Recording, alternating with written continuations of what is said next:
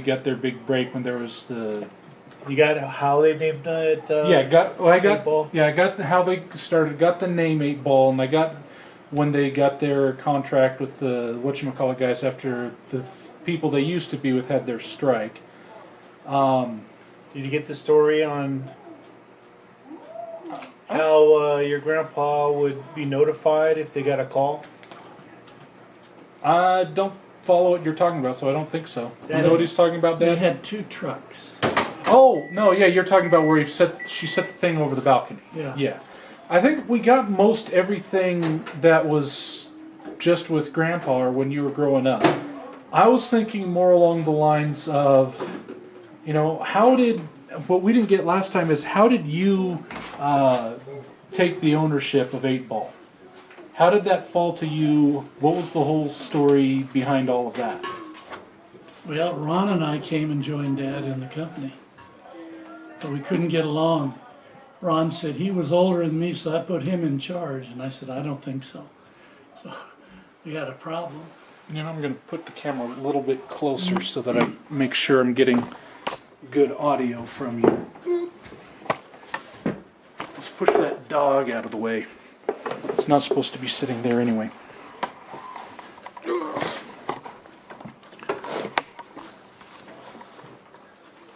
All right. Well, that's as far back as it goes. Okay. So, Ron and I came back and joined Dad in the company after my dad bought out his partner, my Uncle Sid. so when would this be? In the 70s somewhere. I was married in 68. Probably by 70 or 71 we were back there. Okay. So this isn't like just after you got back from your mission or something. You've been married for a little while. Yeah. And Oh, we, so this would. Can I have ramen? So if I remember correctly, this was you got married and you were living out in Utah. So you were finishing school and then you lived in Utah for a while. So this would be just after you get back to California. right. You moved back to California. And so Ron and I went to work there, mostly just driving truck. But kind of evolved where Ron did a lot of the sales work and stuff. And I was driving the truck and doing the tires and stuff like that. And it really wasn't a fair situation because he would go to lunch with people, so he got free lunch. 8-Ball paid lunches, And they'd send me to LA and not give me any more to live on, so I'd have to buy my own food for a round trip there. Just like every other driver, though. Yeah. But I was on salary. The drivers got paid hourly. So when it comes time for Dad to retire, then we had a problem because Ron thought he should be running the thing and I should be working for him in some capacity.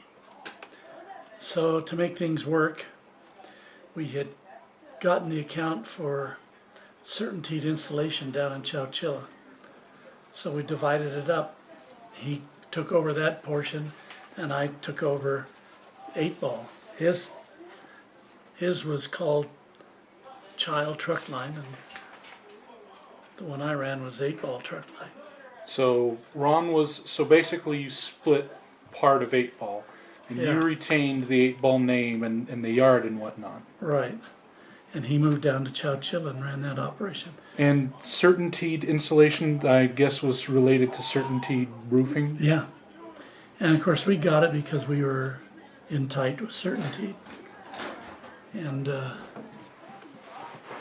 so we split up from there, which was a shame because if we could have worked together, if he had let me be creative and move ahead on stuff with Diane's ability to keep track of everything, we could have really made money. But that's the way it goes. So I ran 8-ball. Dad was around less and less, and traveling, vacationing. I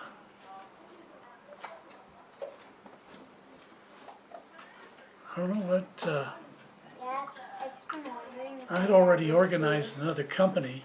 You're always saying no now. Why is that, Dad? I'm talking about like ETS. Well, we organized ETS, Environmental Transfer Service. We also organized Remedial Environmental Marketing Company, REMCO. And we were doing a big job in San Francisco when I came back to the yard for something, and we had Micah just watching the phones there because someone had to answer the phones, and it wasn't a big deal. And he met me at the door and said that Candy had called and Dad had died. And I was just, it hit me like a ton of bricks. What? And he thought I was going to hit him or something. He goes, "Oh, I got to hit you, Micah." Micah was working at the yard? Answering the phones. Yeah. Because we were all in San Francisco, all hands on deck. It was a big job. What was the job you were doing then?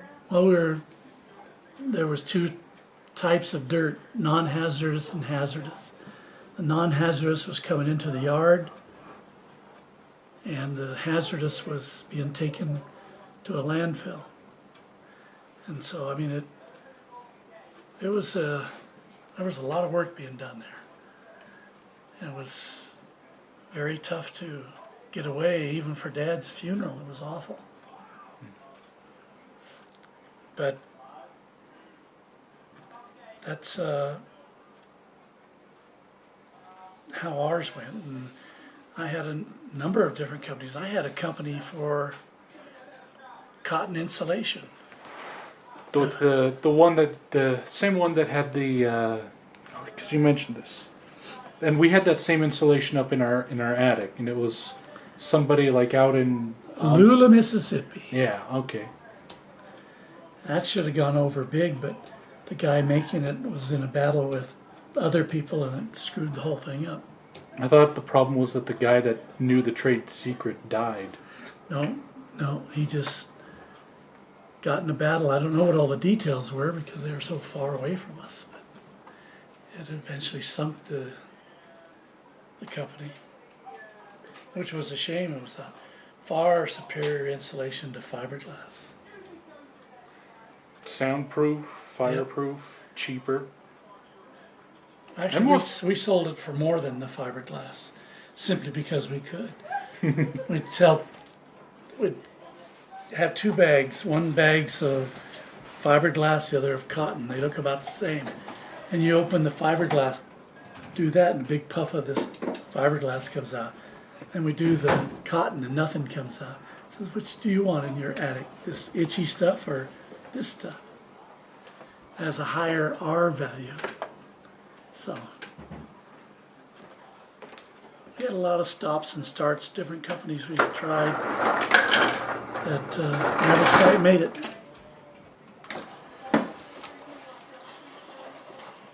What I didn't have that I needed was a real good manager to manage these things. And that was what's always lacking. I could come up with the idea, I could build the company, but to run it and take care of dotting all the I's, crossing all the T's, and all that, I couldn't do that and everything else too. That's what you wanted Ron for. Well, Ron was so far out of the picture by then. That's what I had Steve for, but Steve was a loaded gun running around. He was hard to control. He was brilliant and yet wildly uncontrollable. Steve is more of an idea guy, not a manager. He's a good salesman. He's the manager right now for a big Yeah. company. He's their safety manager.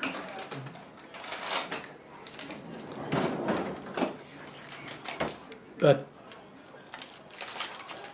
anyway, what I got left is my one company in Martinez. Thank goodness I have that. I gotta find a way to take some money out of that on a regular basis, put it aside so we have something to fall back on. So, going back to history here, well, how about, okay, so you went over how you got in control of 8 Ball, and that went on for most of my childhood at the very least. I guess it started before I was born, huh? Oh yeah, it actually 8 Ball started in 1952. Well, I mean, when you took it. Yeah, well, I'm not sure the date that it was something that just kind of went along. As Dad took more time off, I exercised more control. Someone had to. At what point did they start putting the 8 Ball logo saying Howard and David? Well, see, it originally had two little men, Howard and Sid. After Sid was gone, Dad hurried up and made new logos with just him there. I didn't want Sid on those doors. So after I got in there, I said, "Hey, Dad, we need another man on the door," you know. And he didn't care for that idea much, but eventually I got on there. Howard and David.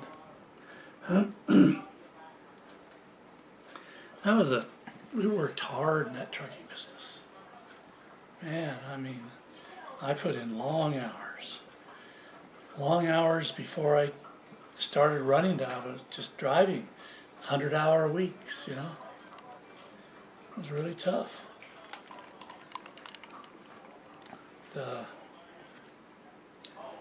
We had this, I got one of these old Coke machines that had the little bottles, and I put it in down at the shop, the old shop. And they were 10 cents a piece. Guys, you get a Coke for 10 cents. Mm-hmm.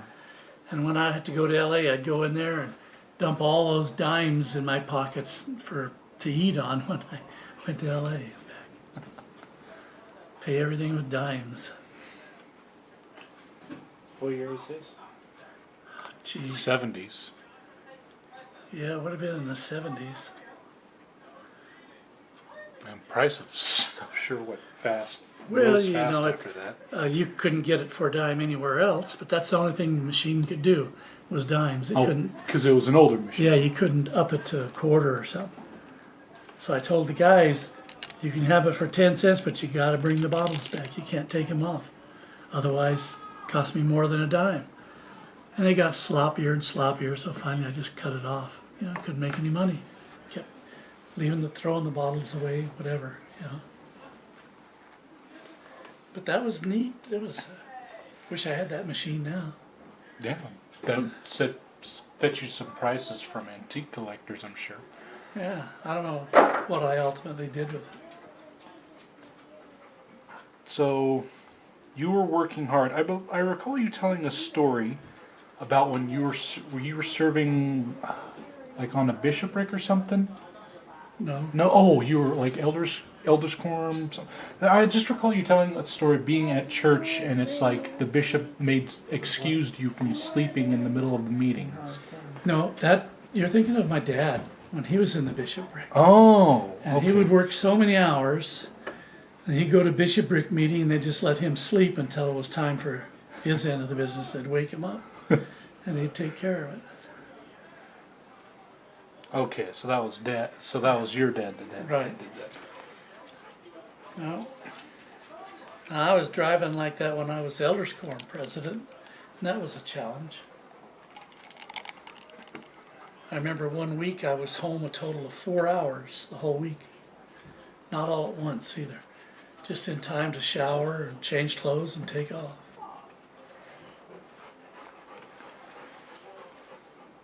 So let's see, where else do we have to go with on 8 Ball stories? You get all the dad's fun truck driving stories? Yeah, I think we got most of those in. Do you have fun stories about Grandpa driving the truck? Yeah, I know I told those. And we told the stories about Grandma driving the truck too. And you got to realize the trucks, when my dad and my mom drove them, they weren't like the trucks today. The trucks today are just big cars. Power steering, air conditioning, everything. Not those old ones, boy. They had great big steering wheels because you had to really had some muscles to turn them. What about Linda driving a truck? You get any of those stories? Yeah, Linda was not a very good truck driver. She insisted on it. We paid her way to learn how to be a tech for taking X-ray tech. But she wanted to go and work at 8 Ball, and Dad said, "You betcha." If the guys didn't help her with the tarp, she couldn't have tarped a load. Everyone always helped Linda because she was pretty. But I remember she was coming in with a 40-footer loaded with kegs of asphalt, took a corner too close and hit a telephone pole right in the middle, bent that trailer right in half.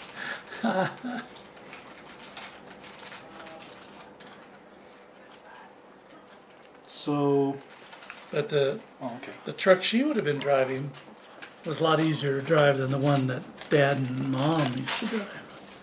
You know, even then. Not like the old trucks that didn't have power to go up hills. Yeah. Underpowered, no power steering. I told you how when we go into places like Montgomery Ward's, especially this one place that was down in an alley, and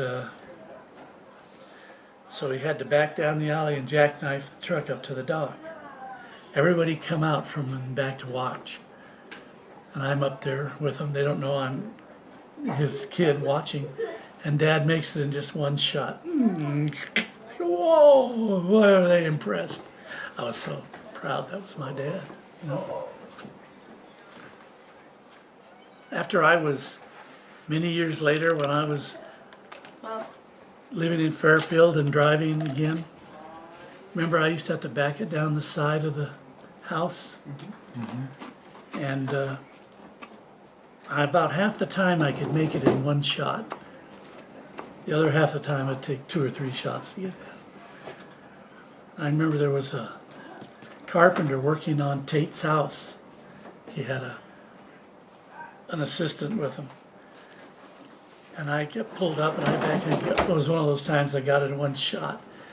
He looked over, he told the guy, "He's been doing that a while." It had been too. I remember when you first started parking that thing at our house, we used to have like just about everybody in the house. There'd be at least 3 people out there watching. Making sure I didn't knock Tate's expensive fence over. I said, "What'd you put that up there for?" "I'd rather knock over your chain link fence. It's a lot cheaper to fix." And I rubbed it more than once. I had to go out there afterwards with black spray paint and paint it so she didn't know. But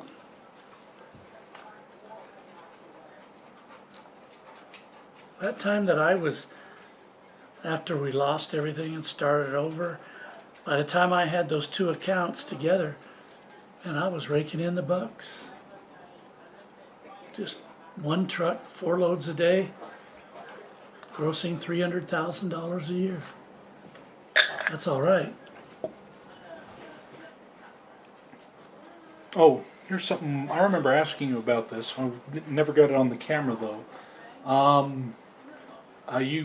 When you got the Cadillac, what difference that made? Because you used to be driving around in the Taurus. Taurus, yeah, that white Taurus. Taurus station wagon. From Zumwalt Ford. White Taurus, no doubt, and with all the dirty areas where you'd be driving it around. Well, the thing is, I would go on to job sites to check on a job with that Taurus. They'd always stop me and ask me what my business was and let me through. After I got that Cadillac, no one stopped me. Just breeze right on through that big black Cadillac. I said, "Woo, he's not here to steal scrap iron. So it was great. Then I was meeting this one guy, and I wanted to impress him with my Cadillac. I pull in there, then he pulls in a huge either Audi or BMW. Cost 3 times what my Cadillac did. Pulls up there, so oh jeez, one for you. Did you get the Cadillac when it was 8-ball or when it was Remco? 8-ball. Yep, we were doing pretty good, and You had ETS at the time, right? probably we were doing pretty good. I had to have a car, so I looked at all the GM cars and that, and they all looked the same. Turned me off. I looked at Corvettes even, but they were uncomfortable. Couldn't even sit up straight in them. They were terrible cars. Then I checked out the Cadillac Eldorado. Now that was beautiful, man. Black with the special Cadillac tires that come with it. And They had a thicker white wall, didn't they? not necessarily that, no. But they were a super quality tire. You know, when I changed out those tires, they had 95,000 miles on them and they still look good. But I figured with that many miles, I ought to change them out. You saw it in the camera recorder over there. And if you walked in front of it, yeah. Oh. We're recording Grandpa telling stories. Oh. Yeah, well, you're going to have to come up with a list of stories, and then I can work off of that. What you ought to do is go over the other tapes and list the different stories, and I can see them, and I can. I could do Good that. stuff. There's still a few other ones I want to specifically bring up. Okay, what was ETS, and why did you start it, and why did it go under? Well, And why did we get so much furniture? Well, you got to start at the beginning. DuPont took all their stuff to this hazardous waste landfill in Benicia. And they closed that landfill down. So they were having to take it all the way down past Southern California. Cost them a bundle. And I don't know how I found out all this, but so I took samples of their stuff and I took it up to the people I knew at the Anderson landfill because they desperately needed an account. Because this guy that had been bringing asbestos into them was threatening to take over their business. And he was a crook. Everybody knew he was a crook. Even the water board who ran all that knew he was a crook. They didn't want him there. So I used that, and I took the samples to the water board. I said, let's get this approved before this guy runs this guy to the ground and gets to the landfill. And I ticked them off because I was on their case all the time. They're bureaucrats. They didn't want to move fast. Finally, we got it approved. I went to DuPont, and I said, I made the big mistake. That's at the time I should have set up a company to have a contract with DuPont and a contract with the landfill. And then I contract with 8-Ball to haul it. I didn't do that.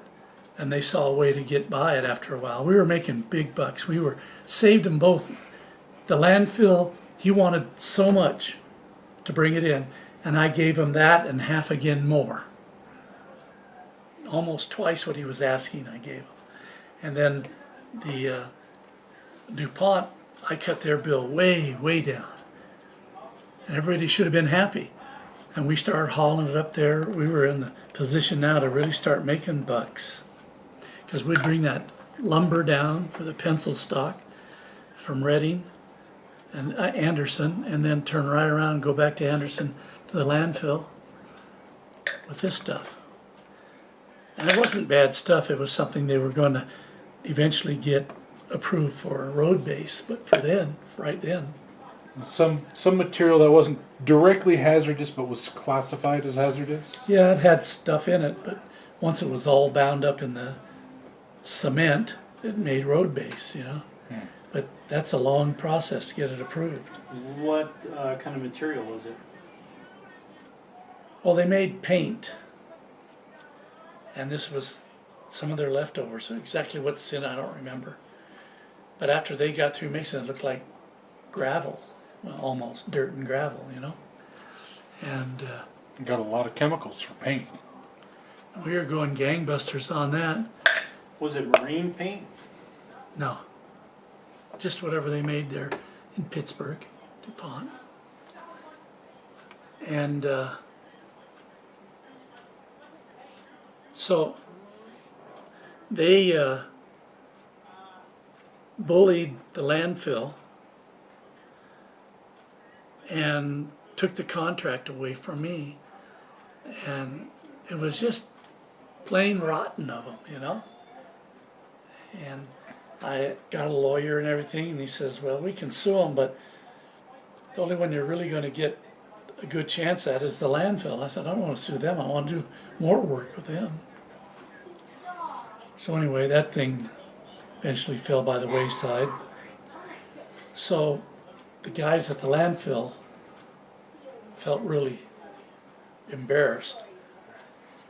And so them and us, we formed Environmental Transfer Service, and we got a bunch of boxes and started putting them out to people taking out asbestos, and then we'd haul the asbestos up there, and it turned out real good for quite a while.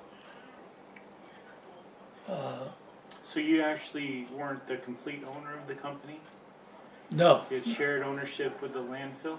right, but that was okay. It didn't matter because ETS would bring it into the yard, and we'd transfer it from there, the boxes, those overseas containers we used, into our big walk-in floor vans. So I might get 2 or 3 loads in there. I was making a trip up to Anderson for $1,200, whereas anyone else was going up there for $200 or $300. See, we're doing great. And What kind of material was it? whatever they took out, there was all different types of things. Like if you had popcorn ceilings, they'd scrape that off, and they'd bag it. That'd be in bags. So it was all All asbestos. And then there was Different this kinds of asbestos. store that had asbestos in their ceiling, and the idiots made them condemn all the furniture in there, in the furniture store. So we were hauling that in here in our big open tops. We went back there and looked at it. We ended up taking a couch home and some chairs and stuff. a couple Everyone- couches. Everyone got stuff. All you had to do was vacuum it. It was so stupid. They even made PG&E take these steel fire doors that have a core of asbestos. Made them get rid of those. I mean, that's closed in steel. Right. We hauled the whole steel door up there. Yeah. It was ridiculous. But Boy. ridiculous laws like that can make you some good business if you're on top of it. The that's a good point right there. That wasn't like the leather couches that like we still have one downstairs. No, it was a fabric couch. No, it's the one that was in their bedroom for a long time. That Oh, well, tan one. I was thinking of and what was we used to have like a green couch I remember because we had a matching ottoman. No, it was a tan one that was in their bedroom for a long time. I remember it being wrapped in that thick plastic Yeah, with stickers all over it. A lot yeah. of those. You can make a lot of money off of stupid laws if you look at them and see a way to do what they want and make money at it. There's big bucks in that. Yeah, like Obamacare. There's a stupid law to make some money off of if you're in the business of people that are forced to buy that insurance. Yeah. So, So what happened to ETS? well, I had Pat Monahan as the president because he was totally honest, so that the people at the landfill and us he would treat us equally. Trouble is, he wasn't the businessman he needed to be. When you do a job like that, you're supposed to lien the job. You put a lien against the job, so they have to pay you or they don't get paid their final payment. He didn't do that. Everything went fine until they realized he wasn't doing that. Suddenly he had a couple big jobs that just wouldn't pay him. Put him under. It was really dumb. It was. What's this? But the asbestos was kind of slowing way down anyway. What was this lien you were talking about? But a construction lien. It's just like a mechanic's lien. Yeah. So say you drop your car off to get fixed. No, you don't have to point it at me. Hello. You drop a car off to get fixed and you don't pay the mechanic, you put a lien on your car.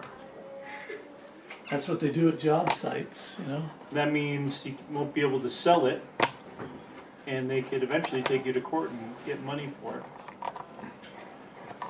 It's the standard. There's nothing seen as, you know, being spiteful or anything. It's just what you do. And he didn't realize it, didn't do it. Put You're him in. guaranteed to get paid.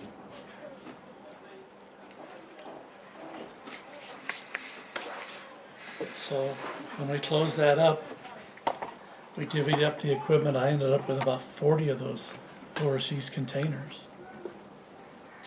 And those ones that wound up in our. 3 of them in our backyard, yeah. That was a great way to store stuff too. Yeah. What about the, was it the water or the air board that came down to the yard? Yeah, It was well, the county, right? It wasn't the state.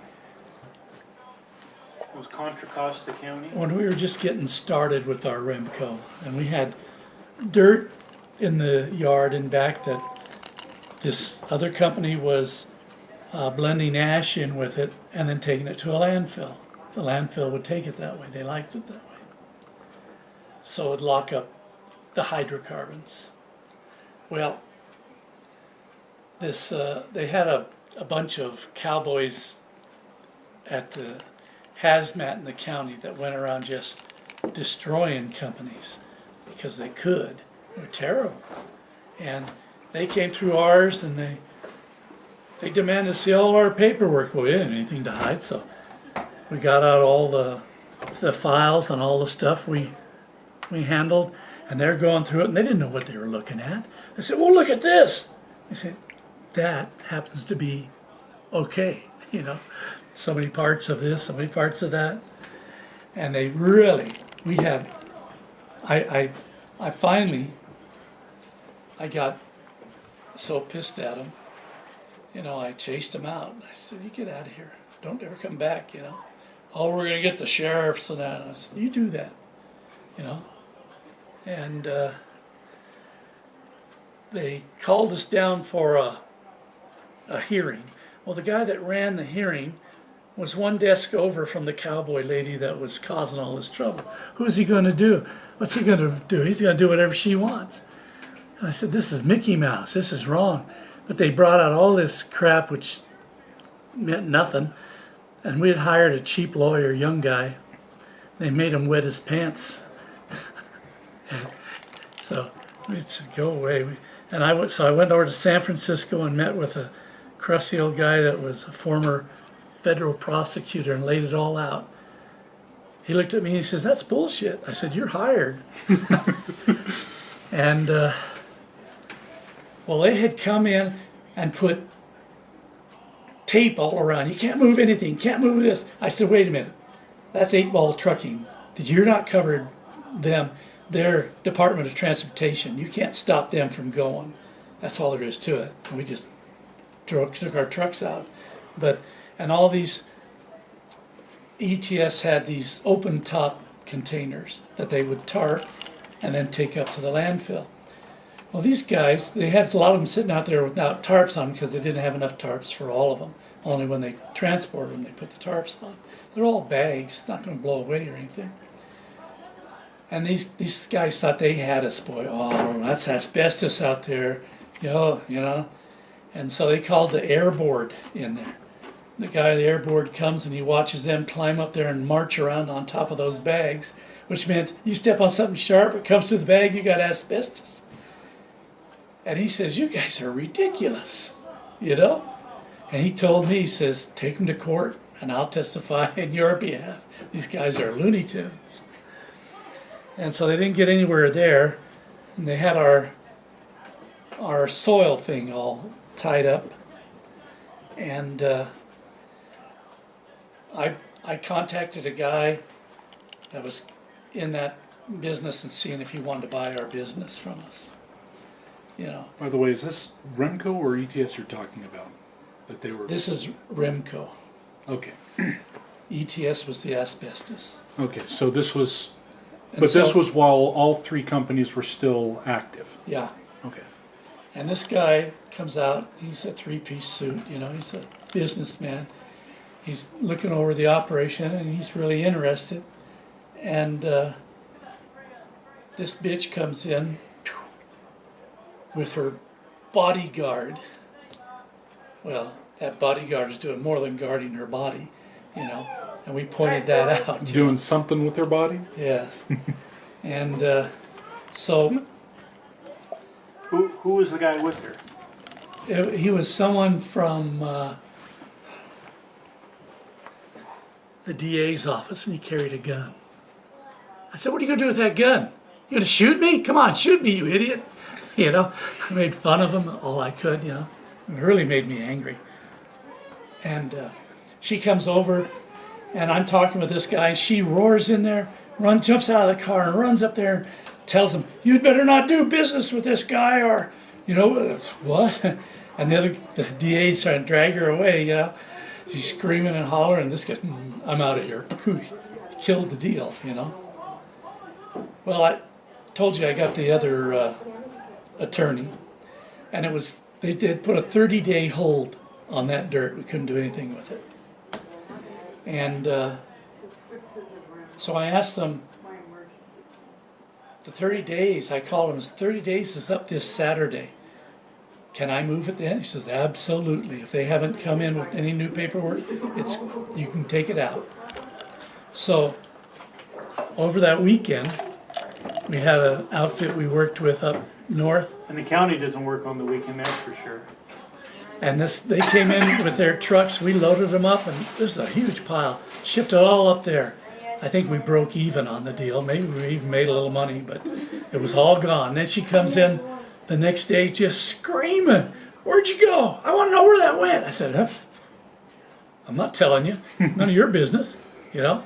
She was just screaming and hollering, and I even had tape recorders. The lawyer had me get some mini tape recorders, put in my pocket when she would be out there screaming and hollering. And the guy that was over their department, he quit. He says, these guys are uncontrollable. I'm out of here, you know. And there was a plant over by the Benicia Bridge.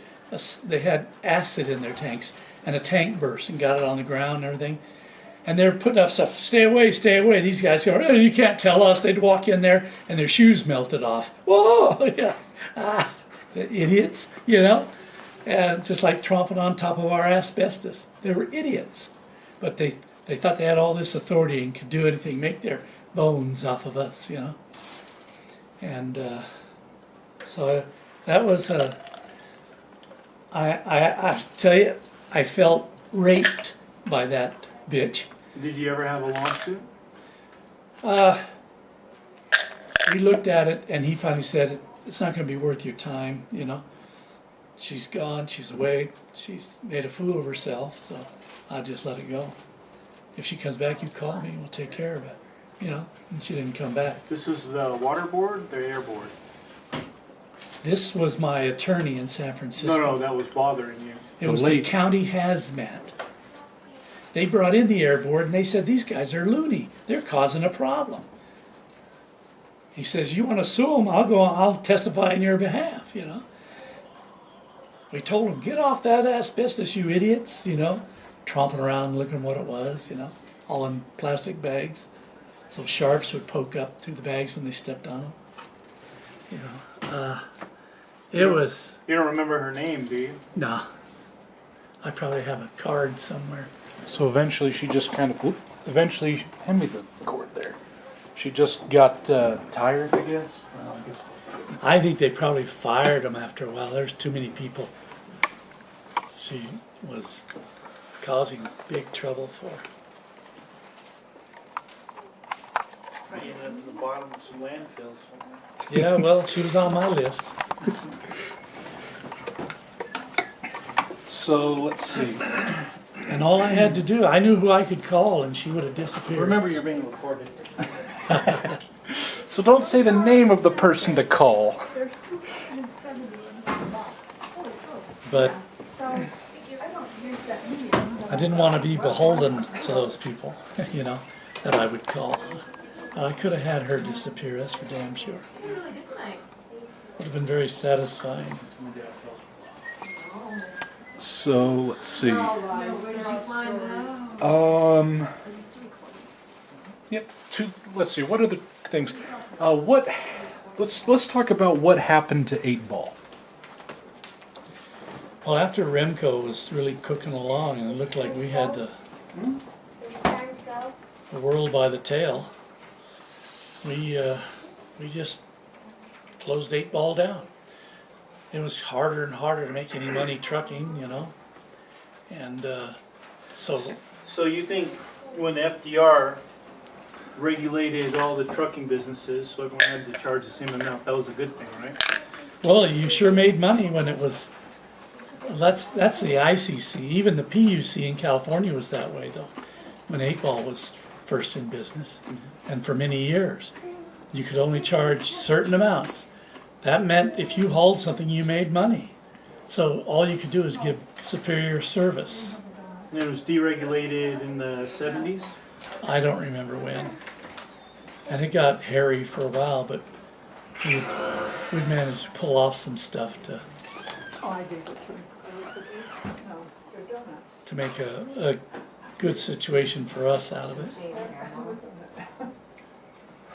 Now I thought for 8-Ball, I thought there was a problem that came up because of Bank of America screwing you over, or was that Remco, not 8-Ball?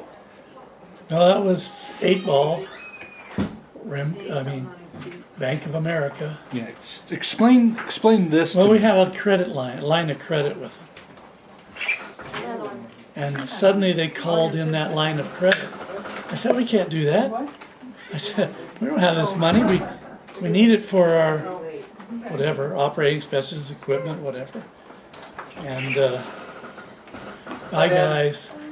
Goodbye. Good night, sweetheart. That wasn't something. They said, well, we're gonna change it over to just a commercial loan. Okay. It wasn't anything you were doing wrong. You were making your payments on the credit. and Oh, everything. absolutely. No, so they made it a commercial loan. Well, when it was a credit line, I was responsible for it, you know. I had to sign for it personally. So when they made it a commercial loan, it was only with 8-Ball, the corporation, and they never changed any of the paperwork to say different. And so when we closed 8-Ball down, they wanted to come after us because 8-Ball's a corporation, it's gone, I'm sorry, you know. And the Bank of America sucks, man, big time. They had all the lawyers in the world, and if you fought them on anything, you had to go to LA because that's where their corporate offices were. So you couldn't fight them, really, not a small person. But they came in and swept all of our accounts, all of our personal accounts, mom's accounts, all the kids' savings for their missions. Yep. Anything that had our name on it. I remember that night I was shopping at Albertsons and I ran my card through and the bank wouldn't take it. I ran it through again and I had all of these groceries and there was no money in that account and I couldn't believe it because I had money in that account. So I just asked the guy, I says, would you take a hot check? And he said, okay, because I'd been there a lot. So I went home, found out there was no money in that account, gathered up cash, went down and paid for my groceries and got my check back. But it was no forewarning. And even when I went to our bank and told them to not be charging us for checks that were going to be bouncing, because they do that, like $25, Yeah. $35 a check. They drain your account and then they charge you when your Yeah. checks bounce. And so that they said that the people at that branch were very nice. They could not believe that such a thing had happened. Yeah, they said, I hope you sue them and win. Yeah, but I went home and I called Mom and I said, you better check your account. They took all our money. She says, oh, I've still got money in there. That's not a problem. Well, it was a problem later on. They took hers too. And they had a lot more than we did. So why were they sweeping your account? Because we had this lawsuit going over between us and them about that commercial loan, and there was nowhere on that loan that we were personally responsible. It was a corporate loan, and we're fighting them on it, and they illegally drained those accounts. It was against the law, but they said sue us. We got a lot of lawyers. They got to do something. That was their attitude.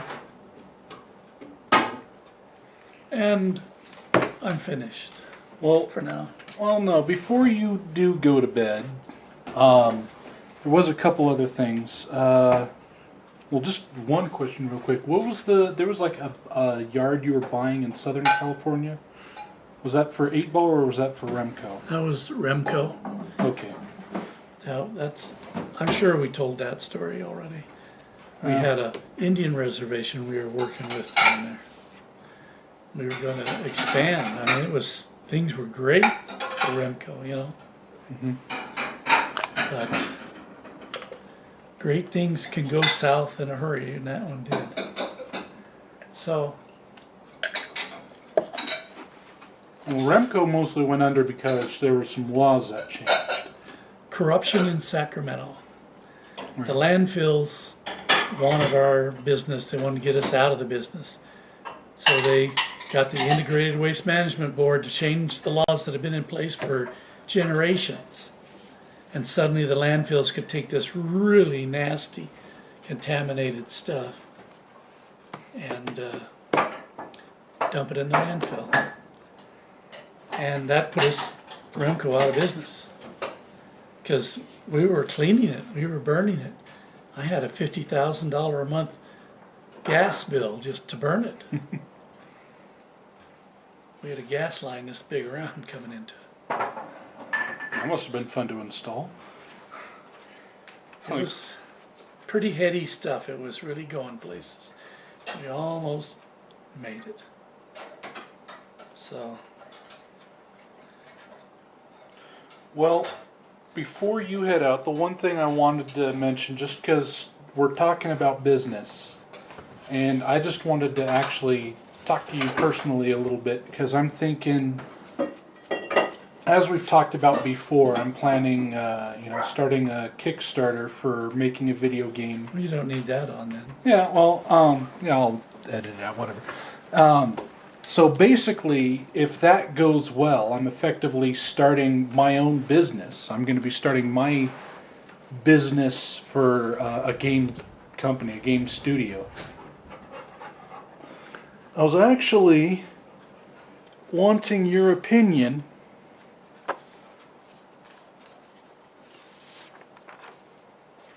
I was thinking There you go. of using this as the name for Do it. Do it. Do it. Heck yeah.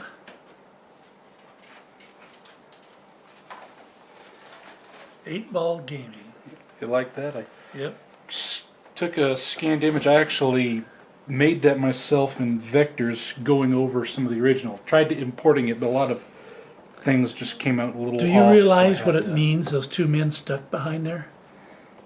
means they're in trouble. Yeah, if you're playing a game of pool and it's the last ball and you're stuck behind the 8-ball, you're going to lose the game. And in the trucking business, we're always stuck behind the 8-ball. That's what that's all about. That's why the little men have the crossed eyes. Oh, me, holding their heads. That was a totally cool thing Dad and Sid did. And Dad did, actually. Guess my dad had something going for him, too. Huh?